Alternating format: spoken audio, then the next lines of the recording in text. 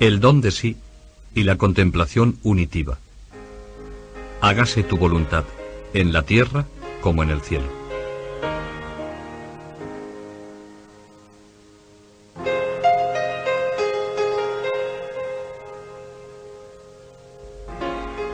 Al hablarnos Teresa de la voluntad divina, a la que debemos conformar nuestra vida, tiene ocasión de presentarnos nuevamente a Dios como un ser vivo, metido en la entraña de nuestra vida.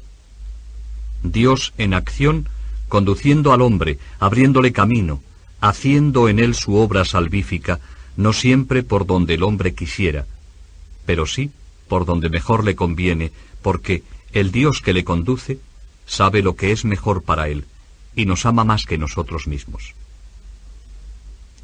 La voluntad de Dios en esta persona concreta, en acción de salvación, es algo vivo, dinámico en el interior del hombre.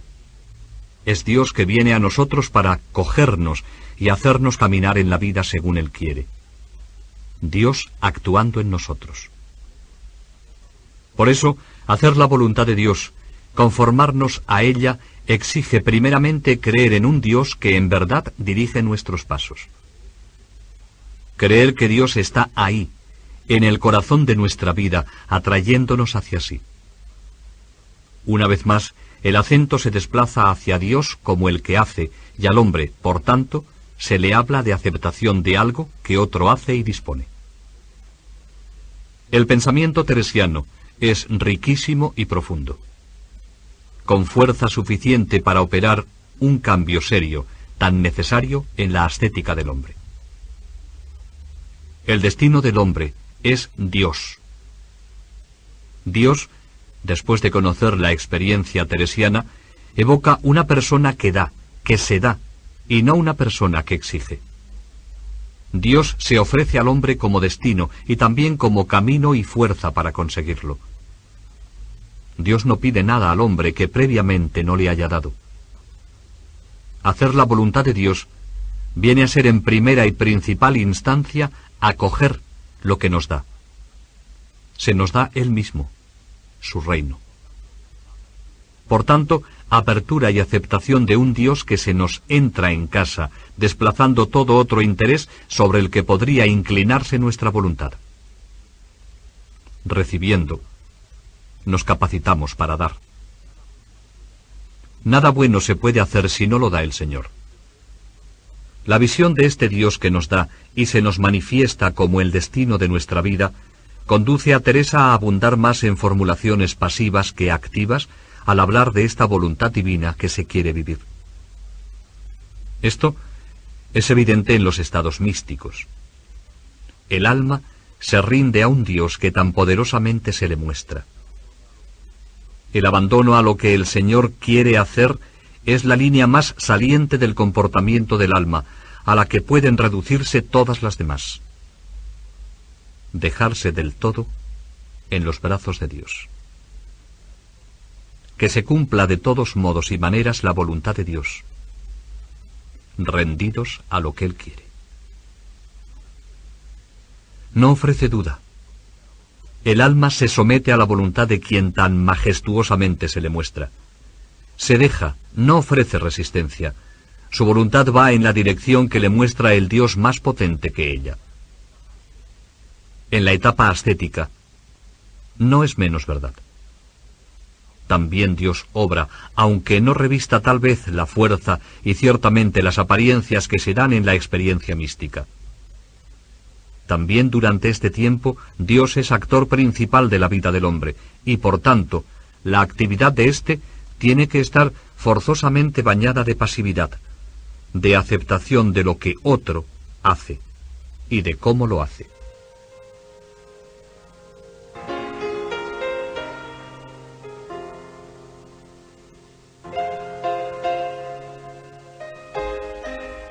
Al comentar el Padre Nuestro, ha hablado antes Santa Teresa de los diversos grados de oración.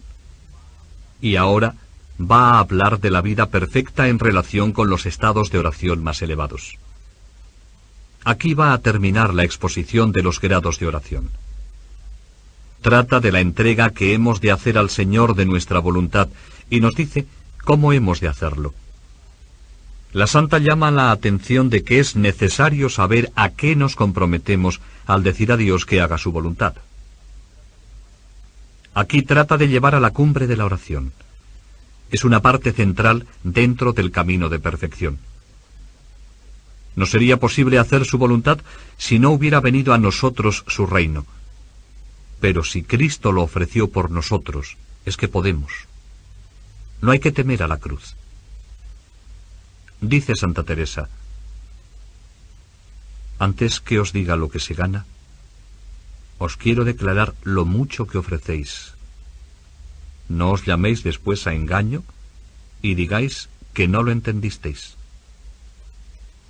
No sea como algunas religiosas que no hacemos sino prometer y como no lo cumplimos, hay este reparo de decir que no se entendió lo que se prometía. Y ya puede ser, porque decir que dejaremos nuestra voluntad en otra parece muy fácil, hasta que probándose, se entiende es la cosa más recia que se puede hacer, si se cumple como se ha de cumplir. Santa Teresa tiene un espíritu totalitario.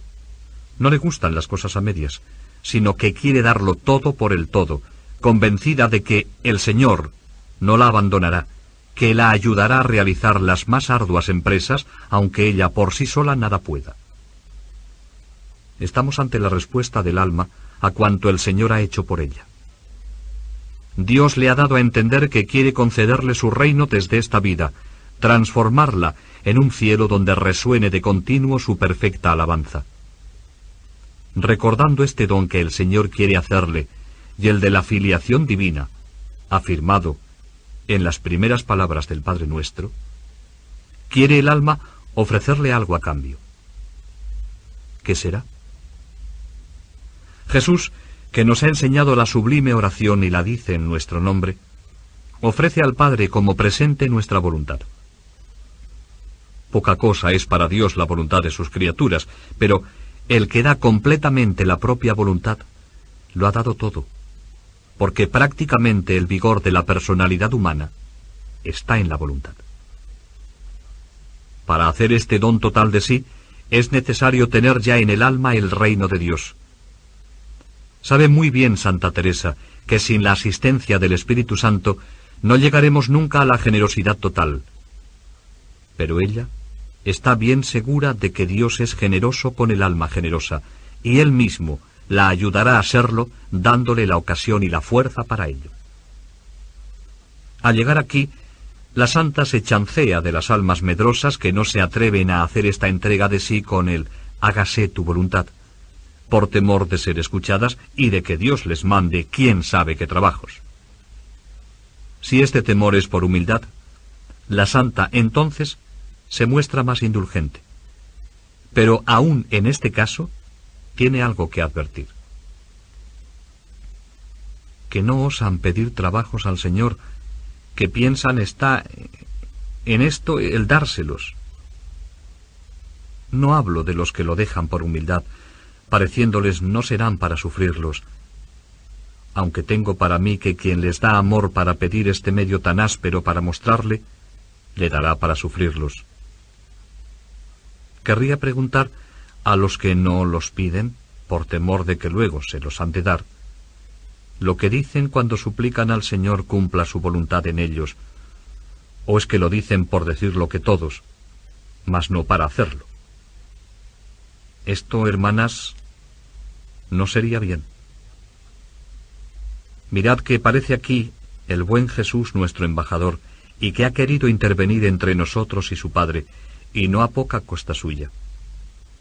¿Y no sería razón que lo que ofrece por nosotras dejásemos de hacerlo de verdad? ¿O no lo digamos?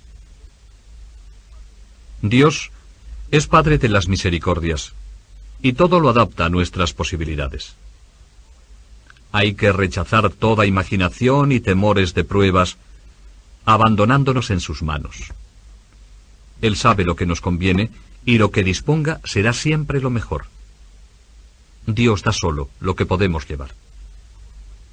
Además, la voluntad de Dios se ha de cumplir lo mismo. Es preferible cumplirla de buen grado y por amor que a la fuerza. ello se ha de cumplir, que queramos o no, y se ha de hacer su voluntad en el cielo y en la tierra. Creedme, tomad mi parecer y haced de la necesidad virtud. Buena estuviera yo, Señor, si estuviera en mis manos el cumplirse vuestra voluntad o no. Ahora la mía os doy libremente, aunque ha tiempo que no va libre de interés, porque ya tengo probado, y gran experiencia de ello, la ganancia que es dejar libremente mi voluntad en la vuestra. Oh amigas, qué gran ganancia hay aquí, o qué gran pérdida de no cumplir lo que decimos al Señor en el Padre Nuestro, en esto que le ofrecemos.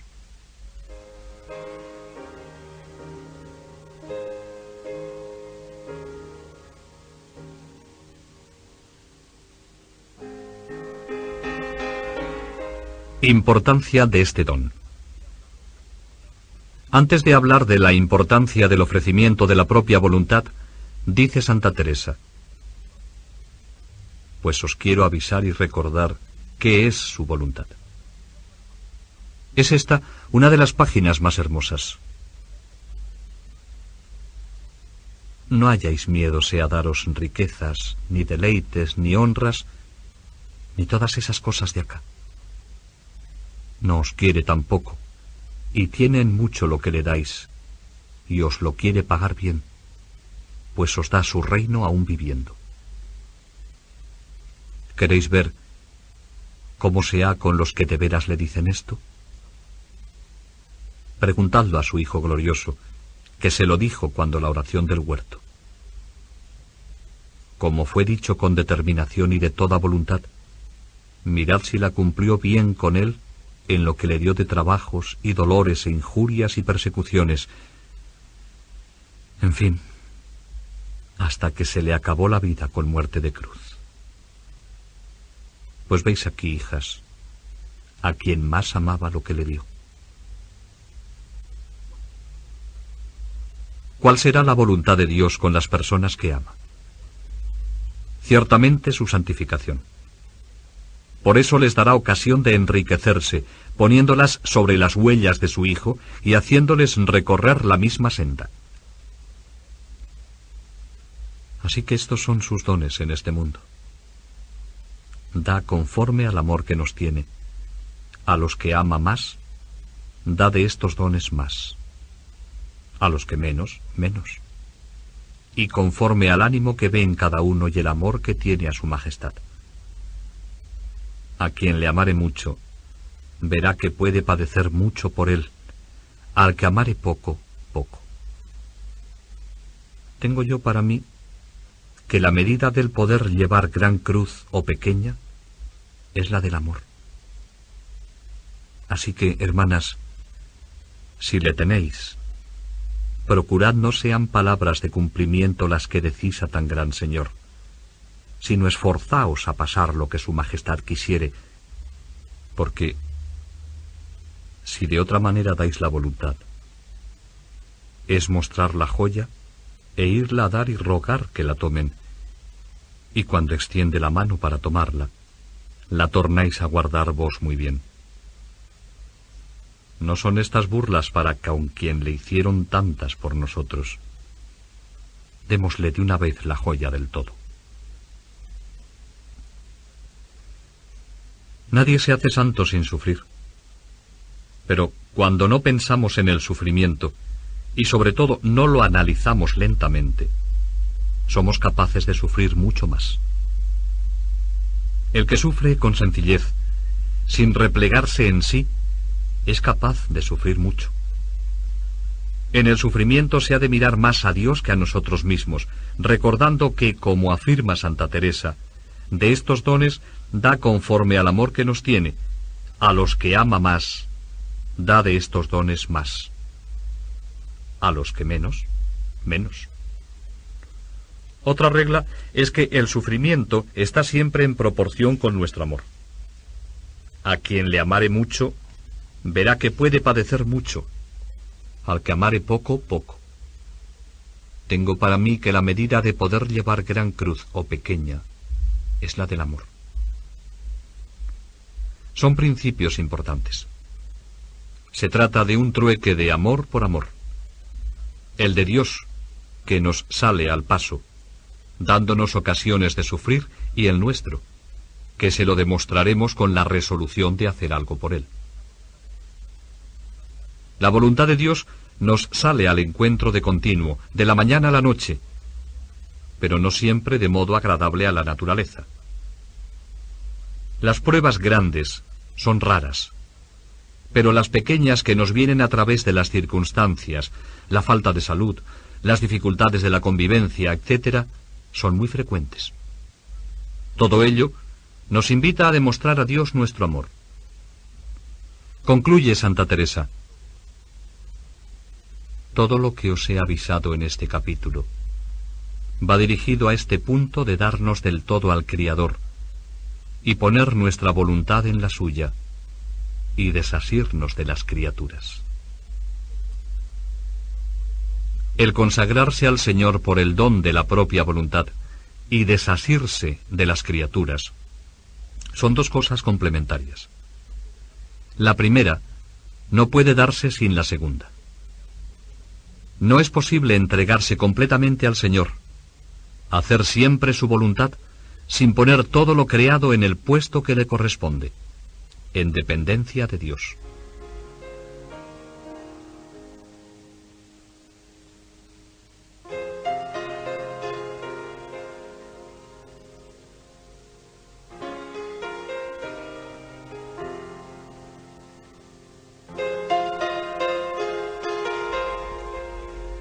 Teresa vuelve a recordar la fuente hacia la que caminamos, y dice que sin dar así del todo nuestra voluntad, no llegaremos a beber de la fuente. Poner en cambio totalmente en las manos de Dios nuestra voluntad, sin volver las espaldas a la cruz, es la verdadera contemplación. Si Dios ve que se ha hecho de verdad, se vuelca en nuevas gracias, descubre sus secretos, lleva al arrobamiento. La santa demuestra las consecuencias de esta entrega generosa.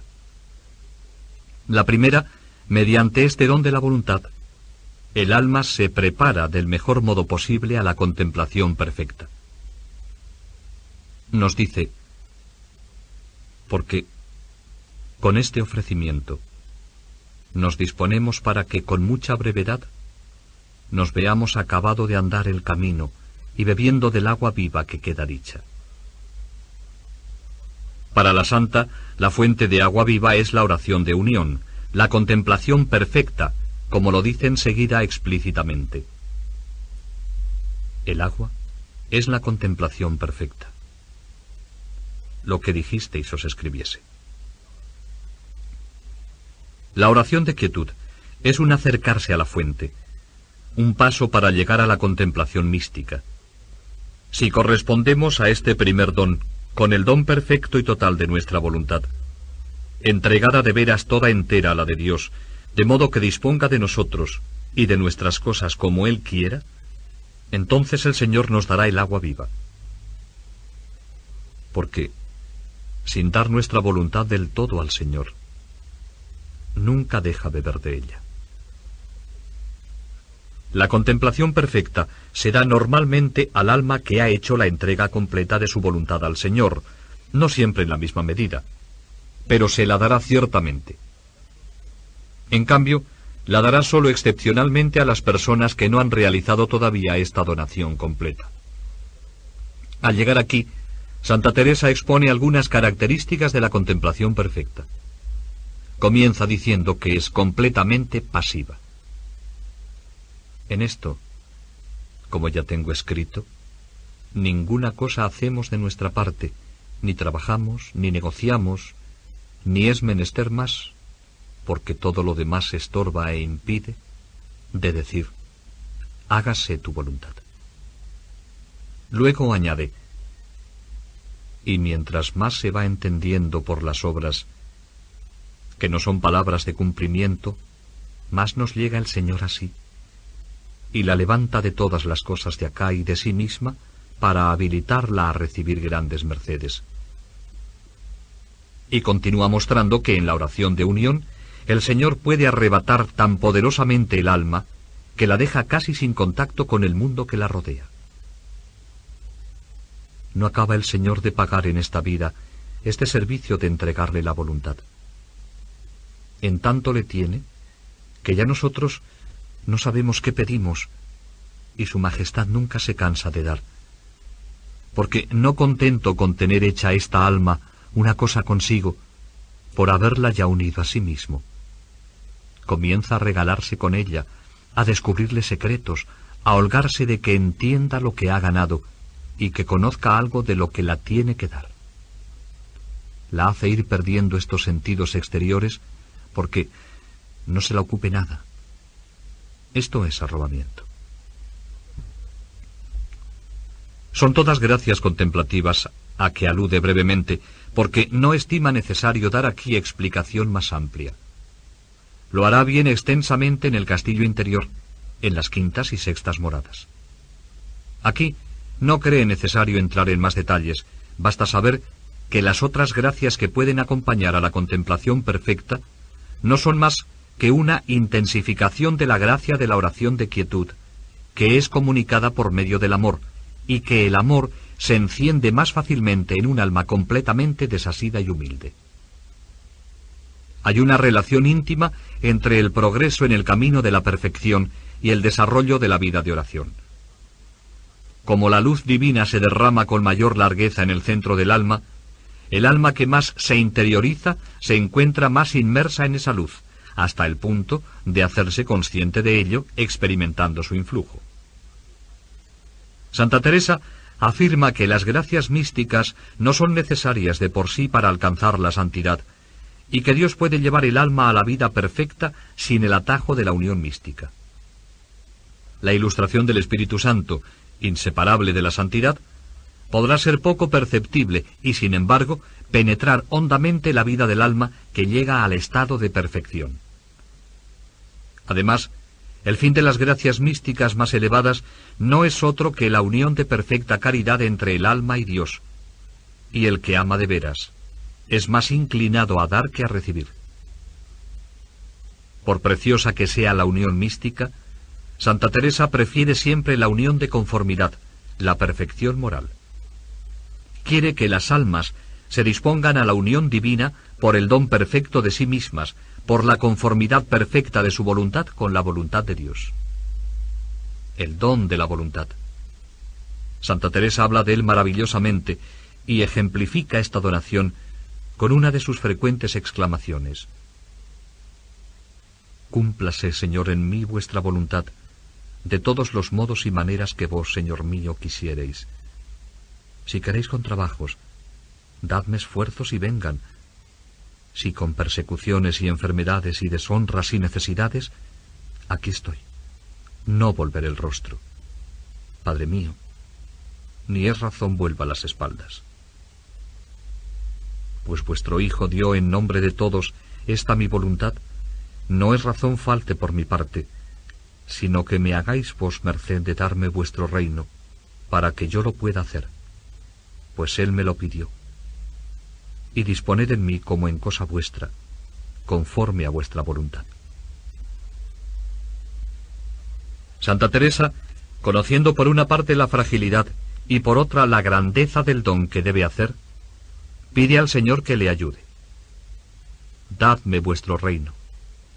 Es decir, la primera especie de oración contemplativa, la oración de quietud, de modo que yo me abandone en todo sin reserva, confiada plenamente en vos, y vos podáis disponer de mí según vuestra voluntad, pues que soy toda vuestra, y ya no me pertenezco.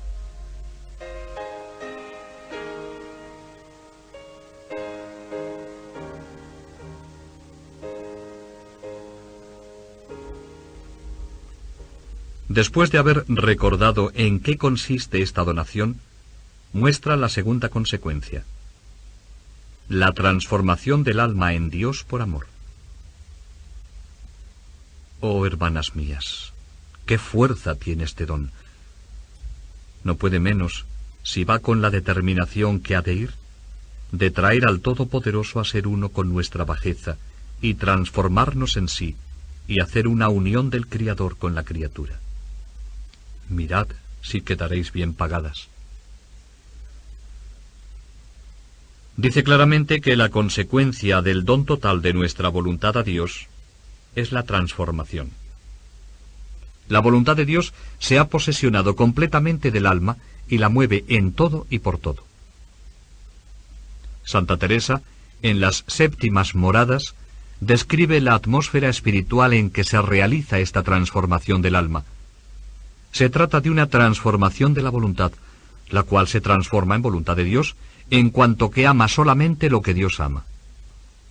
Si antes se movía con el simple auxilio de la gracia en la dirección de la voluntad de Dios, cuando alcanza la perfección del amor, es movida en ese sentido por el Espíritu Santo. Su transformación, por tanto, no es sólo afectiva, sino en algún sentido también efectiva, porque sus operaciones son divinizadas por la moción divina.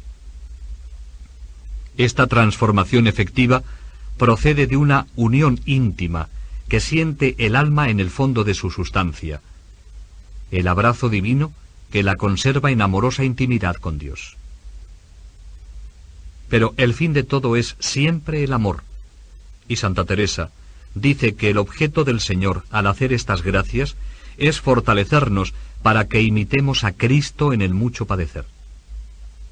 El alma enamorada, aunque aprecia intensamente los dones de Dios, no se detiene en ellos, sino que está siempre ansiosa de dar, siente una necesidad imperiosa de pagar la generosidad divina.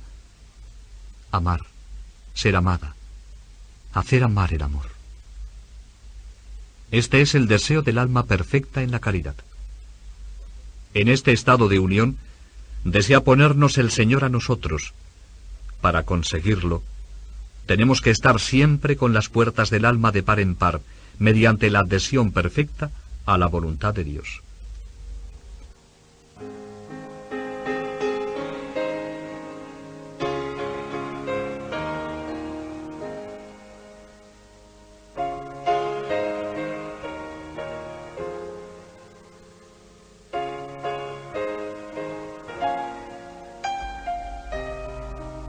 La tercera consecuencia de esta entrega generosa es que se gana el corazón de Dios y se obtiene cuanto se pide, en favor de la Iglesia y de las almas, porque el Señor se complace en hacer la voluntad de la persona que así se le entrega. Dice Santa Teresa que entonces el Señor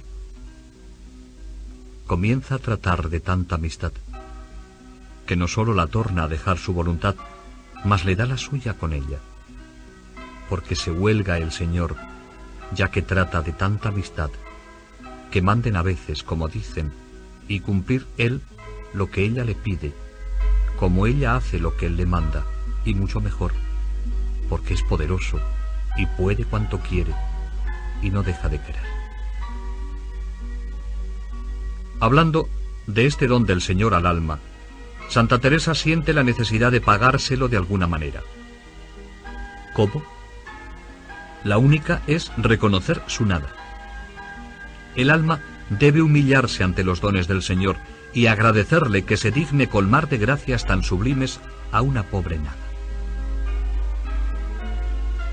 La pobre alma, aunque quiera, no puede lo que querría, ni puede nada sin que se lo den. Y esta es su mayor riqueza, que dar mientras más sirve, más adeudada, y muchas veces fatigada de verse sujeta a tantos inconvenientes y embarazos y ataduras como trae el estar en la cárcel de este cuerpo, porque querría pagar algo de lo que debe. Y es harto boba de fatigarse, porque, aunque haga lo que en sí, ¿qué podemos pagar los que, como digo, no tenemos que dar sino lo recibido, sino conocernos, y esto que podemos, que es dar nuestra voluntad, hacerlo cumplidamente? Todo lo demás, para el alma que el Señor ha llegado aquí, le embaraza y hace daño y no provecho, porque sola humildad es la que puede algo. Y esta, no adquirida por el entendimiento, sino con una clara verdad, que comprende en un momento lo que en mucho tiempo no pudiera alcanzar, trabajando la imaginación, de lo muy no nada que somos y lo muy mucho que es Dios. El fundamento de esta unión es el conocimiento de la propia nada, la confesión de la propia indigencia y pobreza unida a la confianza más perfecta en la misericordia del Señor.